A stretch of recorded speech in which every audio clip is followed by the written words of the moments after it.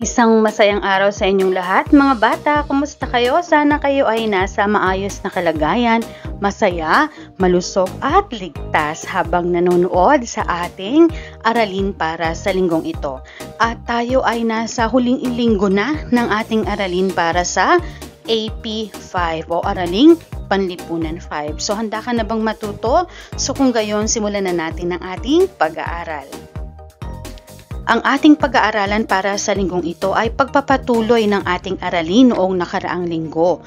So ngayon, ito naman ay nakatuon sa pangkapaligiran at kalidad ng pamumuhay ng tao at teknolohiya at ekonomiya ng lipunang maritime na may kinalaman naman sa kabuhayan o yung kumbagang paano ba namubuhay yung ating mga kababaihan noong sa ating sinaunang lipunan at ano ba yung mga kalimitang pagkain, ano pa ba at yung kumbaga iba pang mga produkto ng ating mga kababayan noong sinaunang panahon.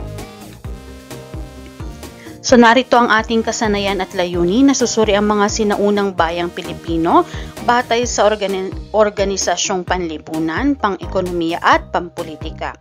So napag-aralan na natin yung nasusuri ang kabuhayan ng sinaunang Pilipino, napapahalagahan ang ginampanan ng kababaihan sa pagbuo ng kalinangan ng sinaunang Pilipino. So ano ba yung gampanin ng kababaihang Pilipino noong sinaunang panahon? Para sa ating unang araw, tayo ay magkaroon ng maikling balik-aral. So isulat sa tamang hugis ang mga produktong ikinakalakal ng ating mga ninuno noon. So sa kalakalang panloob, ano ba ang ating mga kalakal na kumbaga yung produkto na binibenta? At sa kalakalang panlabas, ano-ano naman ang mga ito? So para sa ating wastong kasagutan, sa kalakalang panloob, palay, isda, kopra, niyog at troso. At para sa kalakalang panlabas, mga kasangkapang gawa sa metal, kristal, timbangan, tanso at seramika. Sunod, para sa ating karagdagang gawain, bato, pik. So ito naman ay may kinalaman sa ating panlabas na kalakalan. So hango sa larong bato, pik, tukuyin kung sinong dayuhan ang naka-impluwensya ng mga sumusunod. Sa mga hudyat or sa hudyat ng guro, ipakita ng mag-aaral ang bato kung Chino, papel kung Arabe at gunting kung Indian. So narito yung 5. Una, pagkain ng siopaw at pansit. Pangalawa, pagsuot ng sarong at putong. Pangatlo, paggamit ng kalendaryo. Pang-apat, paniniwala sa mga pamahiin. At pang-5, may dala ng seda at porselana. Okay, so para sa tamang sagot, una, bilang 1, bato. Pangalawa, gunting. Pangatlo, papel. Pang-4, gunting. At pang-5, bato.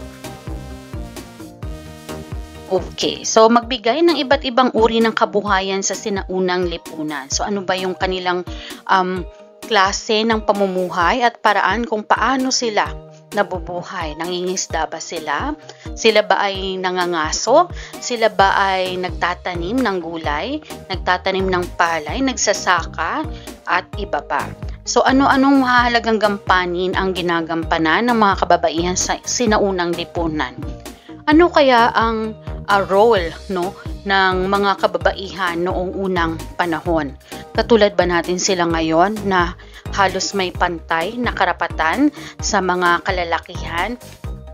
Nakakaboto din kaya sila noong unang panahon? Nakakapag-aral ba? Pinakikinggan kaya ang kanilang boses katulad ng sa panahon natin ngayon? So ito yung ating mga aalamin. At paano mo pahahalagahan ang ginagampanan ng mga kababaihan sa sinaunang lipunan? Kung matatandaan natin, di ba, isa sa mga pangunahing gampanin ng kababaihan, kahit naman sa ngayon, ay yung pag-aalaga sa anak, di ba, paggawa ng mga gawaing bahay, na sa ngayon ay pinagsasaluhan na yan ng mag-asawa. Kumbaga, hindi lang natatapos yung buhay ng kababaihan sa pag-aalaga ng kanyang anak, bagkus nabibigyan na rin siya ng karapatan na mag-aral, magkaroon ng sariling hanap buhay, at tuparin yung mga pangarap niya sa buhay. Hindi katulad noong mga sinaunang panahon. So tingnan natin ano ba yung kanilang pangunahing gampanin at tungkulin at paano ba pinahalagahan iyon. Diba? Ano ba yung tingin sa mga kababaihan noong sinaunang panahon? Ganon din ba yung pagtingin gaya ngayon o may kaibahan? Okay, so para sa paghawa ng bokabularyo sa ating nilalaman ng aralin, buuin mo ako. Punan ng kahon ng nawawalang letra upang mabuo ang hinihinging salita sa bawat bilang. Una, tawag sa sistema ng pagpapalitan ng produkto. Ano ba yung tawag natin doon? Okay, so kumbaga nung panahon dati, hindi pa uso yung pera. Hindi pa siya ganoon kapopular. Kaya naman, ang ginagamit nila sa pakikipagkalakalan ay barter, no? Ang ginagawa ay nagpapalitan sila ng produkto. Kung may nais kang bilhin, tapatan mo yon ng produkto na mayroon ka. Ipagpapalit mo yon sa nais mong bilhin. Malimit, pang number 2, malimit ito ngayong mangyari sa kabundukan na at nagiging sanhi ng malawakang pagputol at pagsunog ng mga punong kahoy sa kagubatan. So, tinatawag natin yung kaingin o slash and burn, na kung saan kinakalbo yung bahagi ng bundok, sinusunog, pinapatag upang taniman ng mga pananim, mga gulay, mga prutas at iba pa. Gumagamit ng habihang gawa sa kahoy sa paghabi ng tela gamit ang sinamay mula sa abaka. So, ito ay paghahabi. Number 4, tawag na mga Bisaya sa nanguna sa mga panrelihiyong ritual, babaylan. At bilang 5, tawag naman ng mga Tagalog sa nanguna sa mga panrelihiyong ritual. Ano naman kaya ito? So, tingnan natin. Okay, so ito ating mga wastong sagot. Barter, slash and burn, paghahabi, babaylan, at katalonan, yung pang-5. Para sa ating ikalawang araw, okay, so para sa ating unang konsepto, kabuhayan ng mga sinaunang Pilipino. Ang pagsasaka ay isa sa mga pangunahing kinabubuhay ng ating mga ninuno bago pa man dumating ang mga Espanyol. Ibig sabihin, napakayaman na talaga natin, no, sa mga masaganang lupa na kung saan pinagtataniman ito ng ating mga magsasaka na ito yung kanilang pangunahing paraan ng pamumuhay at dito sila kumikita, hindi ba? At ito yung ginagamit nilang produkto bilang kapalitan, halimbawa naman ng mga produkto na kailangan nila. So, ginagamit nila ito sa pakikipagkalakalan din. At syempre, alam naman natin na ito ay, kumbaga, pinagkukunan rin ng kanilang pagkain. So, ito yung mga pangunahing itinatanim noon. So, masagana tayo sa palay, no, na ginagawang bigas, mais, niyog, tubo, at saging. May dalawang sistema ng pagsasaka noon. Ito ang paglilinang at pagkakaingin. Ang sistema ng paglilinang ay binubungkal ng mga magsasaka ang mga lupa sa pamamagitan ng kanilang kamay o matitigas na bagay upang ito ay matamnan. So parang binubungkal nila. Kumbaga, inaararo nila na para mapagtaniman ng mga palay at iba pang pananim.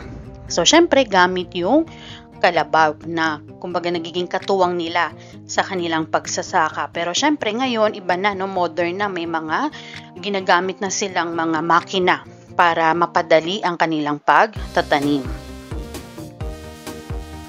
Okay, sa ating bansa ay napapaligiran din ng mga anyong tubig kaya't hindi katakatakang ang pangingisda isa rin sa mga ikinabubuhay ng mga Pilipino noon. Nanguhuli sila ng mga yamang dagat sa pamamagitan ng baklad, sibat at bingwit. Hanap buhay din nila ang manisid ng mga perlas, korales at kabibe na kanilang ipinagbibili sa mga mangangalakal. So magaganda at matataas ang kalidad ng ating mga perlas. Kaya naman kumbaga isa ito sa mga ginagamit nila sa pakikipagkalakalan. Kumbaga mataas yung value.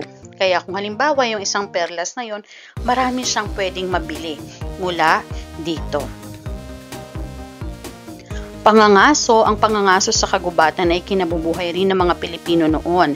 Nanghuhuli sila ng mailap na hayop gaya ng usa, baboy ramo at iba pang uri ng ibon gamit ng pana, sibat, punyal at bitag. So alam naman natin, no, yung pangangaso, isa rin ito sa kanilang ikinabubuhay. At na kung saan, isa rin ito, no, yung paraan nila para makakuha ng pagkain. So, kung sumusobra sa kanila, so pwede nila itong ibenta o kaya naman nung panahon na yun, baka natututo na rin silang mag-imbak, no, ng mga pagkain para hindi maubos agad. Mayroon rin silang kaalaman sa paggawa ng mga sasakyang pantubig na yari sa matitibay na kahoy, sa kagubatan na ginagamit naman nila sa pakikipagkalakalan at pakikidigma. Marunong ding magmina ang ating mga ninuno. Nakakapagmina sila ng ginto, pilak, tanso at iba pang uri ng mineral.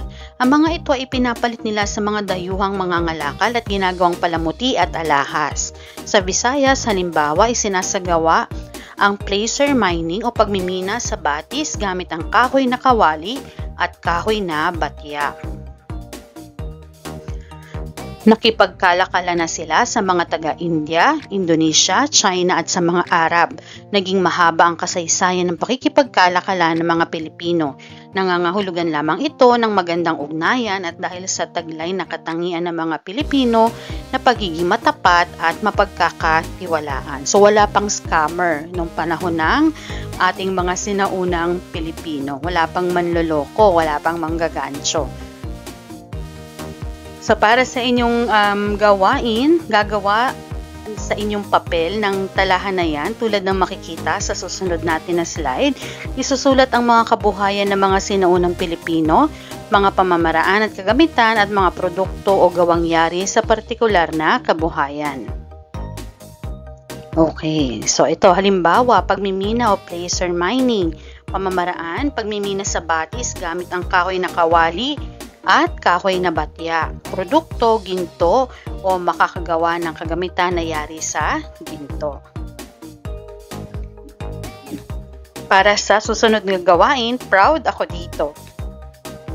Ipakita na ipinagmamalaki mo ang kabuhayan ng ating sinaunang Pilipino. Pumili ng isang gawain ayon sa iyong interes at sundin ang pamantayan para sa gawaing ito. So bumuo ng isang poster na nagpapakita ng mga natatanging katangian at kabuhayan ng mga Pilipino noon gamit ang mga angkop na letra, larawan at kulay. So ito yung halimbawang poster lamang ito. Bumuo ng tula na nagpapakita sa kahusayan at kasipagan ng ating mga ninuno sa kanilang mga hanap buhay. Bigasin ito sa harap ng klase. Maaari ring bumuo ng maikling pagtatanghal na nagtataglay ng angkop na dialogo at galaw tungkol sa kahalagahan ng kabuhayan na siyang ikinabubuhay ng mga Pilipino noon. Maaaring makipangkat sa iyong mga kaklase o maghanap ng kapareha at itanghal ito sa inyong klase. So narito yung inyong pamantayan kung saan kayo ay bibigyan ng marka o puntos.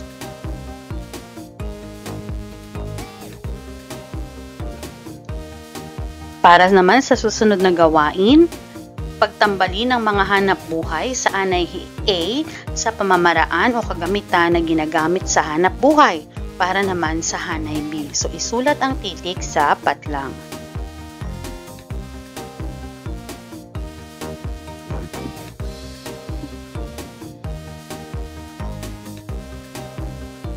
Narito ang ating wastong kasagutan. C, A, E, B, D. Para naman sa ika-6 na gawain, Batay sa napag-aralang aralin, ano-anong magagandang katangian ng ating mga ninuno ang nais mong tularan. Pumili ng 5 at ihanay ito ayon sa iyong pagpapahalaga, ilagay sa mga hagdan at ipaliwanag kung bakit ito ang iyong napili.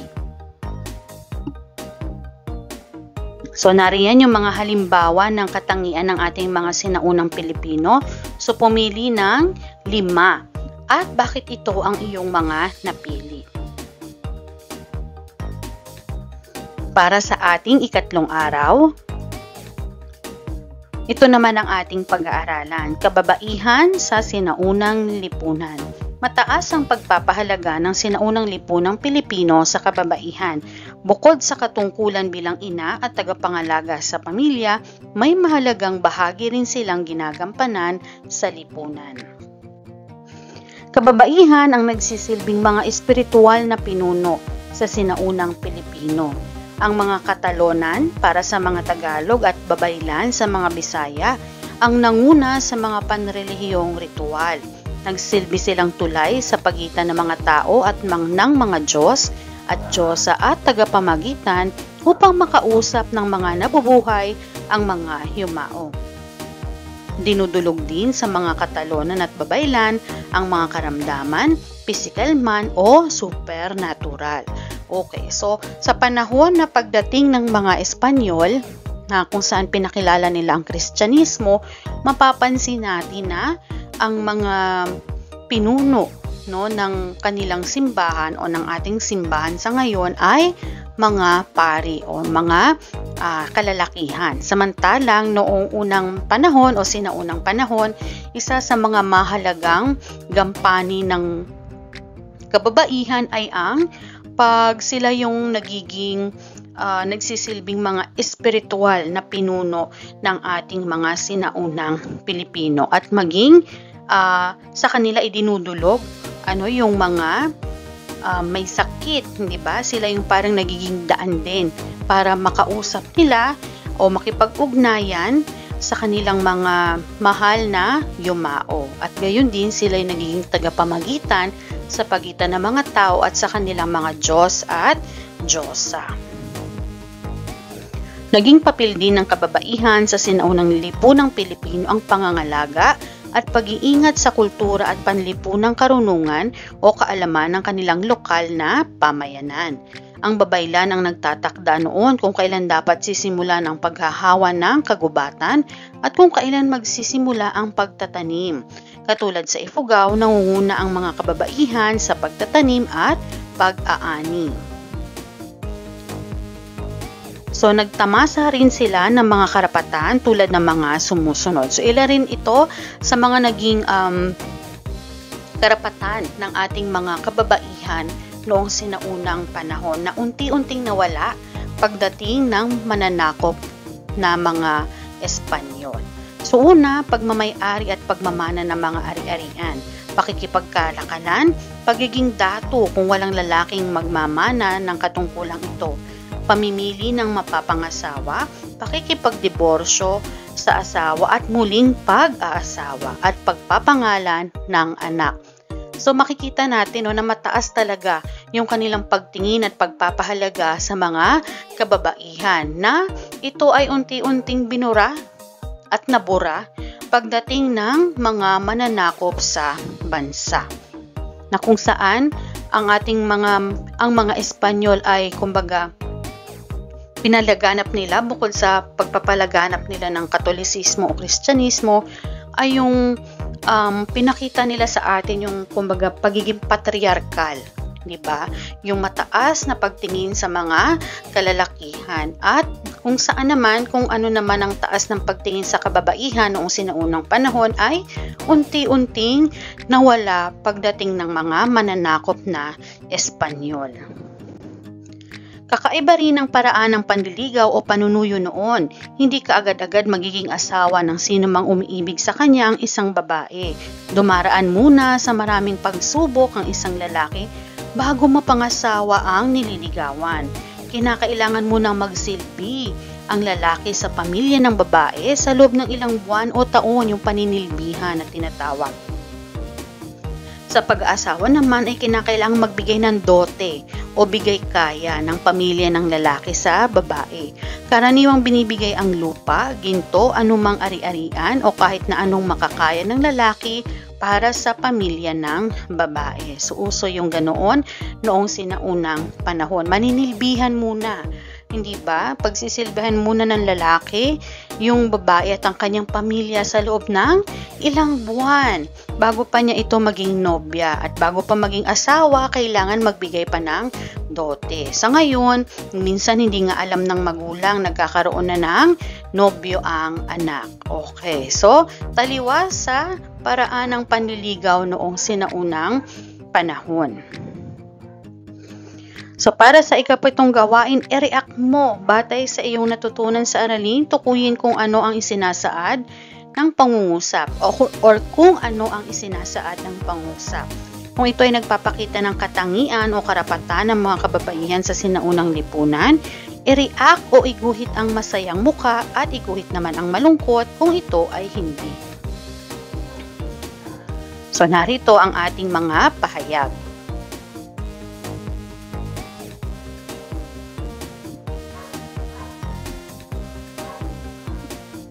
Narito naman ang ating mga wastong kasagutan.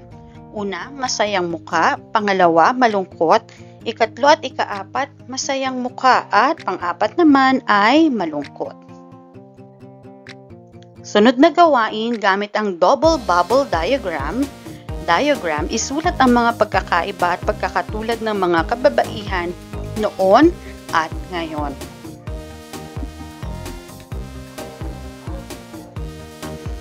Para naman sa ating ikaapat na araw,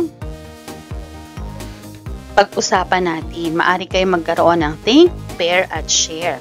Humanap ng kapareha at sagutan ng mga sumusunod na katanungan. Ilarawan ang katangian ng kababaihan sa lipunan noon, isa-isahin ang mga tungkulin at gawain kanilang dapat at kayang gawin. Okay, so ibinigay na natin sa mga naunang slides o unang ating talakayan yung kanilang mga katangian at yung kanilang estado o yung kanilang gampanin sa lipunan at kung saan yung kaakibat nitong tungkulin. Pangalawa, sang-ayon ka bang dapat paglingkuran muna ang pamilya ng babae bago sila magpakasal ng lalaking iniibig at bakit? So ito ay inyo ng sariling opinyon at pananaw. Pangatlo, masasabi mo bang mataas pa rin ang katayuan at iginagalang pa rin ang kababaihan sa kasalukuyan at bakit?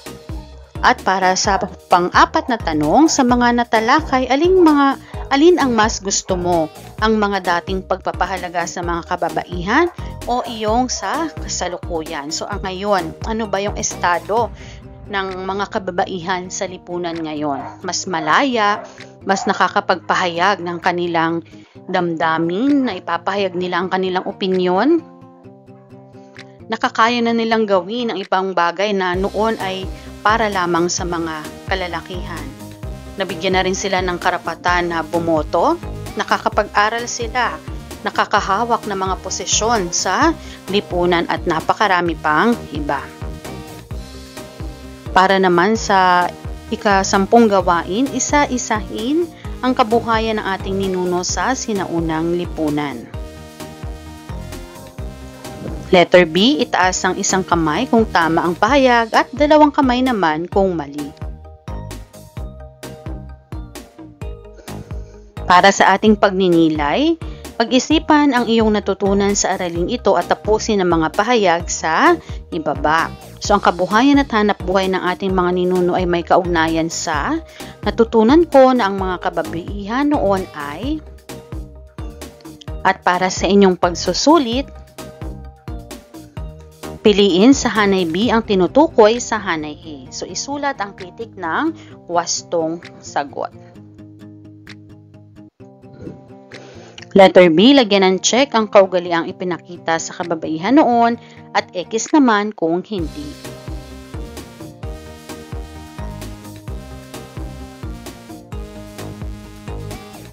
Narito na ang ating mga wastong kasagutan.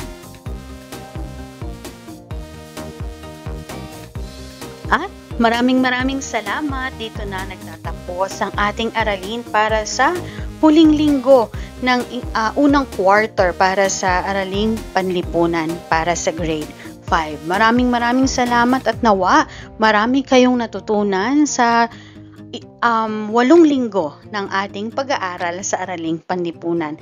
Maraming salamat at sana ay magkita-kita tayo at magkakasama pa rin tayo sa ikalawang quarter. Ako si Teacher Aisa. Maraming salamat at paalam!